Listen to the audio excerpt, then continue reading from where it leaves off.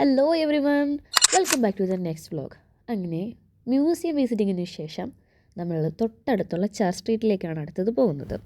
ബാംഗ്ലൂർ സിറ്റിയിൽ one of the most famous സ്ട്രീറ്റുകളിൽ ഒന്നാണ് church street. Last time Aishu Bangalore വന്നപ്പോഴത്തേനും നമ്മൾ വളരെ റൂറൽ ആയിട്ടുള്ള കുറച്ച് ഏരിയാസിലാണ് നമ്മൾ പോയത്. ലൈക്ക് ബണ്ണാർഘട്ട സൈഡിൽ. അർബൺ ഏരിയ അല്ലാത്തത് കൊണ്ട് ബണ്ണാർഘട്ടയൊക്കെ കണ്ടപ്പോഴത്തേനും ഐഷു ബാംഗ്ലൂരിനെ വല്ലാണ്ട് മിസ്അണ്ടർസ്റ്റാൻഡ് ചെയ്തിട്ടുണ്ടായിരുന്നു. കൊണ്ടുപോയ ഭാഗമൊക്കെ അത്രയും അർബണായിട്ടുള്ള സ്ഥലം അല്ലാത്തത് കൊണ്ട് തന്നെ ഐഷു പറഞ്ഞിട്ടുണ്ടായിരുന്നു ബാംഗ്ലൂർ ഭയങ്കര ഓവർ ഹൈപ്പഡ് ആയിട്ടുള്ള സ്ഥലമാണെന്ന്. എന്നാൽ ചർച്ച് സ്ട്രീറ്റ് ഈ മൈൻഡ് സെറ്റൊക്കെ മാറ്റി കിട്ടോ. കഴിഞ്ഞ തവണ ഐഷു വന്നിട്ട് നമ്മുടെ ഇലക്ട്രോണിക് സിറ്റിനെ കണ്ടിട്ട് ഇതല്ലടാ ഞാൻ കണ്ട ബാംഗ്ലൂർ എന്ന് പറഞ്ഞിട്ട് പോയതാണ്.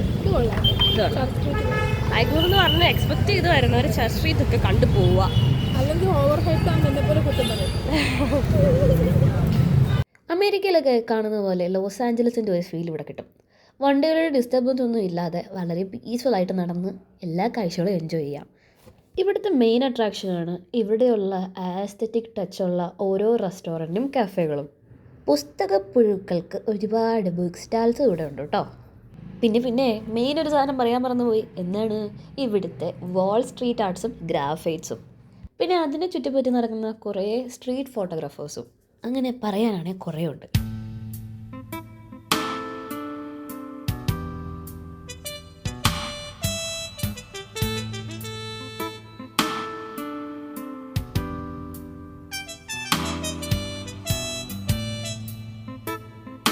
ബുക്ക് സ്റ്റാൾ കണ്ടത് ഐഷു ഏതോ ബുക്ക് തപ്പി അതിലേക്ക് ചാടിക്കയറി. എനിക്ക് പിന്നെ ഈ വക കാര്യങ്ങളൊന്നും വലിയ താല്പര്യമൊന്നും ഇല്ലാത്തതുകൊണ്ട് അധികം നേരം അവിടെ നിന്ന് ബോറടിക്കുന്ന കണ്ടപ്പോഴത്തേനും ഐഷു ആയിട്ട് ഇറങ്ങി വന്ന് നമ്മൾ അടുത്ത ഷോപ്പിലേക്ക് പോയി. അടുത്ത ഷോപ്പെന്ന് പറയുകയാണെങ്കിൽ കുറേ കീ ചെയിൻസ് ഒക്കെ ഉള്ളൊരു ഷോപ്പായിരുന്നു. എല്ലാം ഒന്ന് ജസ്റ്റ് ഒന്ന് കണ്ടുപോയി, പക്ഷെ അവിടെ നിന്നൊന്നും മേടിക്കാൻ പറ്റിയില്ല. മേടിക്കാനല്ലെങ്കിലും നമ്മൾ കുറേ ഷോപ്സിലൊക്കെ കയറി ആ സ്ട്രീറ്റിലൂടെയൊക്കെ ഫുള്ള് ഒന്ന് നടന്ന് പോയപ്പോഴാണ് വല്ലാണ്ട് വയറ് വിശന്ന് തുടങ്ങിയത്. ഒന്നും നോക്കിയില്ല, ഒരു 10 കഫേ കണ്ടെങ്കിൽ അതിൻ്റെ അകത്തുനിന്ന് ഏറ്റവും അഫോർഡബിളായിട്ട് കഴിക്കാൻ പറ്റിയ ഒരു കഫേയിൽ ഞങ്ങൾ ചെന്നു. കഫേയുടെ പേരായിരുന്നു ആർട്ടീസ് എക്സ്പ്രസ് കഫേ. 10 രൂപയ്ക്ക് കൊടുക്കേണ്ട ചായ 30 രൂപയ്ക്ക് കൊടുക്കുന്നത് ഗൈസ്. അപ്പോഴേ നമുക്കെല്ലാം മനസ്സിലായി ഇവിടുത്തെ ഗതി എന്താവുന്നത്.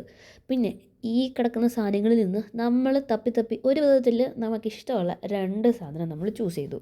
ഇഷ്ടമുള്ളതെന്നല്ല, കാണാൻ ഭംഗിയുള്ളത്, പിന്നെ കഴിക്കാൻ ആഗ്രഹമുള്ളത്. ഞാനൊരു ചീസ് ബസ്റ്റ് ബണ്ണും ഐഷു ഒരു ബ്ലൂബെറി കേക്കും പറഞ്ഞു. അങ്ങനെ ഞങ്ങളത് പറഞ്ഞുകൊണ്ടിരിക്കാൻ നേരം നമ്മുടെ കഥയിലെ മെയിൻ ക്യാരക്ടർ വന്ന് ആരാ മഴ. സാധിച്ചു ഗൈസ്, മഴ പെയ്തു. ഐഷു എന്നെ കൊല്ലും. വാഴാന്ന് വിളിച്ചൊന്നും നിങ്ങൾ കേട്ടിട്ടില്ലോ അല്ലേ? കേട്ടിട്ടുണ്ടെങ്കിൽ നിങ്ങളതങ്ങ് മറന്നേക്ക്. അത് വേറെ ഒന്നുമല്ല, അതിൻ്റെ പിന്നിൽ വേറൊരു കഥയുണ്ട്. രാവിലെ തന്നെ കുടയെടുക്കാൻ എന്നോട് മലയാളത്തിൽ പറഞ്ഞതായിരുന്നു, പക്ഷെ ഞാൻ എടുത്തില്ല. കാര്യം എന്നാ, ഞാൻ ചെറിയ ഭാഗം എടുക്കുന്നത് എന്നെ കൊണ്ട് കയ്യിലെടുക്കാൻ പറ്റത്തില്ല എന്ന് ഞാൻ പറഞ്ഞു.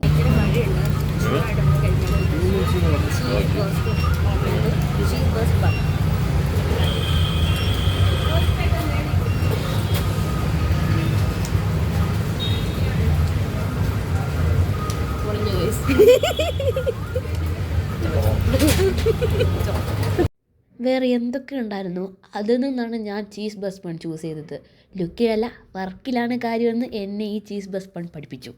പിന്നെ മുന്നോട്ട് നടന്നു വന്നപ്പോഴാണ് ഈ ഒരു ബേക്കറി കണ്ടത്, സെഡ് ദ ബേക്കറി. എന്താ ആംബിയൻസ്! നമ്മൾ വെറുതെ വിടുവോ? നമ്മൾ കുറച്ച് നേരം അവിടെ ഇരുന്ന് ഫോട്ടോസും വീഡിയോസൊക്കെ എടുത്ത്.